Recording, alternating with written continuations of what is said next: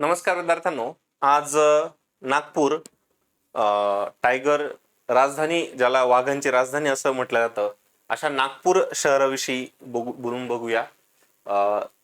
Bharat Ratna doctor Babasaheb Ambedkar, त्यानंतर RSSचं मुख्यालय जिथे लाभलेलं आहे, रेशीम बाग ज्या ठिकाणी आहे, नितीन गडकरी साहेबांचं आहे कार्यस्थळ.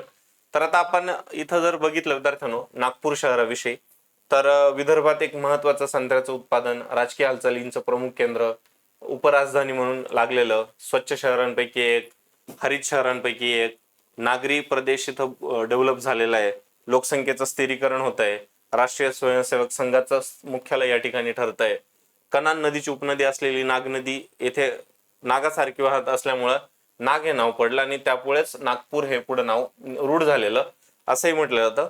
विविध शहर, तालुका आणि एक मेडिकल सिटी म्हणून उदयाला येणारी एक महत्वाचं नाव येतं. तर नागपूरच्या याच्यातील आपण तालुक्यांचा जर भाग बघितला विद्यार्थ्यांनो, तर याच्यामध्ये एकूण 14 तालुके येतात. नागपूर शहर, नागपूर ग्रामीण, काटोल, कामठी, कळमेश्वर, कुही, रामटेक, हिंगणा, नरखेड, त्यानंतर तुमचं नरखेड, पारशिवनी, सावनेर, मौदा, उमरेड आणि भिवापूर असे महत्वाचे 14 तालुके या ठिकाणी येतात. त्यातलं रामटेक, कामठी आणि हे जे आहे जास्त डेव्हलप झालेले, आणि उमरेड भिवापूरचा जर उल्लेख केला MIDCच्या पॉईंट ऑफ व्ह्यूने तिथं जास्त डेव्हलपमेंट झालेली आहे, हे पण आपल्याला लक्षात ठेवावं लागेल. बरोबर. त्यानंतर आपण जर काही महत्वाचे मुख्यालय जर बघितले, म्हणजे आपल्याला एक एक एक भरपूर सारी माहिती बघायची विद्यार्थ्यांनो, त्यामुळे आपल्याला पूर्ण लेक्चर शेवटपर्यंत बघा आणि हे शेवटच्या नागपुराकरांपर्यंत नक्की माहिती पोहोचवा. महाराष्ट्र राज्य खान महामंडळाची स्थापना 24 नोव्हेंबर 1973 ला नागपूरमध्ये मुख्यालय त्याचं, आणि महाराष्ट्र राज्य हातमाग महामंडळ 1971 ला नागपूरमध्ये त्याचं महामंडळ आहे. त्यानंतर जर मुख्यालय जर आपण बघितलं, नागपूर हे मुख्यालय या ठिकाणी येतं. आणि क्षेत्रफळ जर बघितलं विद्यार्थ्यांनो, एकूण नागपूर शहराचं 9822 चौरस किलोमीटर हे एकूण क्षेत्रफळ आहे. आणि डॉक्टर बाबासाहेब आंबेडकरांनी याच नागभूमीमध्ये बौद्ध धर्माचा स्वीकार केलेला होता, आणि प्रभू रामचंद्राच्या वास्तव्याने किंवा पदस्पर्शाने पावन झालेली रामटेक ही एक भूमी सुद्धा इथं प्रसिद्ध आहे. एवढं नीट लक्षात असू द्या. त्यानंतर नद्यांचा जर भाग बघितला, कनान एक प्रमुख नदी आहे, नाग ही तिची उपनदी आहे, पेंच, कोलार, सांड, जांब, वर्धा या बाकीच्या नद्या सुद्धा आजूबाजूने वाहतात. धरणांमध्ये पारशिवनी तालुक्यात पेंच नदीवरती महाराष्ट्र मध्य प्रदेशावर पेंच प्रकल्प आहे. प्रमुख पिकांमध्ये बघितलं तर कापूस, गहू, ज्वारी, त्यानंतर तुमचं तेलबिया, नागपूरची संत्री प्रसिद्ध आहे, सावजी मटण पण इथलं प्रसिद्ध आहे. खनिज संपत्तीमध्ये कामठी, उमरेड येथे दगडी कोळशाच्या खाणी आहे, आणि रामटेक, सावनेर येथे मॅग्नेटच्या काही महत्वाच्या खाणी आहे.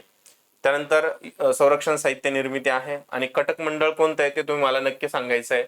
स्थान विस्ताराबद्दल जर आपण बघितलं, नागपूरचं स्थान अगदी मध्यवर्ती आणि म्हणून त्या ठिकाणी 0 माईल असा उल्लेख केला जातो. नागपूरच्या पूर्वेस भंडारा जिल्हा आहे, दक्षिणेस चंद्रपूर हा जिल्हा आहे, नैऋत्य आणि पश्चिमेस वर्धा हा जिल्हा आहे, वायव्येस अमरावती हा जिल्हा आहे, तर उत्तरेस मध्य प्रदेशची सीमा लाभलेली आहे. तर तुमचं उत्तर म्हणजे आपलं ईशान्य, वायव्य, नैऋत्य आणि आग्नेय या ज्या काही महत्वाच्या दिशा आहे विद्यार्थ्यांनो, त्या महत्वाच्या तुम्हाला माहिती असायला पाहिजे. स्थान विस्ताराचा आपल्याला भाग कव्हर करता येतो.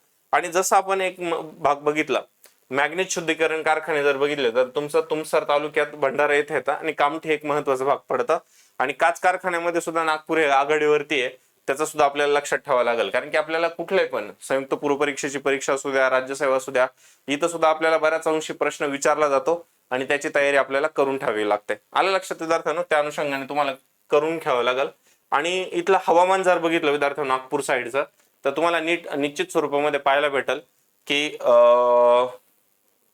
2 मिनिटं, हे बघा, कडधान्यांच्या याच्यामध्ये सुद्धा उत्पादनामध्ये नागपूर काय आघाडीवरती आघाडीवरती आहे. काही थंड हवामान पण या ठिकाणी पाहायला मिळतं, आणि मध्यम स्वरूपाचा पाऊसही या ठिकाणी पडतो. बरोबर. आणि नागपूर साईडचा भाग जर बघितला तर थोडा कोरडा भाग येतो काही काही ठिकाणी. राज्यातील अमरावती, नागपूर, यवतमाळ, चंद्रपूर, भंडारा ईशान्य मोसमी वाऱ्यांपासून पाऊस पडतो, आणि हा तुलनात्मक रीतीने पाऊस कमी पडतो. आणि विदर्भाला जो काही पाऊस पडतो विद्यार्थ्यांनो, तर दोन्ही पण मान्सूनच्या शाखांनी पाऊस पडतो, हे आपल्याला डोक्यात स्थिर करून ठेवावं लागेल. आलं लक्षात? त्यानंतर आपण जर प्रमुख नामांकित संस्था जर बघितल्या, या 2 बघितल्या, पण त्याच्या व्यतिरिक्त अजून केंद्रीय कापूस संशोधन संस्था आणि राज्य यंत्रमाग महामंडळ सुद्धा तुमचं या ठिकाणी आहे. पर्यटनाच्या पॉईंट ऑफ व्ह्यूने जर आपण बघितलं विद्यार्थ्यांनो, तर 18व्या शतकातील गौंडराजा भक्त बुलंद याने नागपूर शहराची स्थापना केलेली आहे. आपल्याला याच्यावरती प्रश्न येऊ शकतो. कुठल्याही स्थानिक पातळीवरच्या ज्या काही मुंबई आपल्या खंडपीठाच्या ज्या काही जागा निघत असतात तिथं तुम्हाला माहित असायला पाहिजे.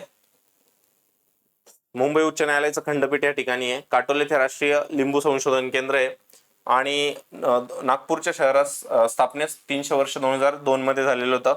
रामटेक कालिदासाचं मेघदूत येथच भरलं असं मानलं जातं आणि कवी कुलगुरू कालिदास संस्कृत विद्यापीठ याच ठिकाणी आहे आणि टायगर कॅपिटल ऑफ इंडिया असं म्हटलं जातं.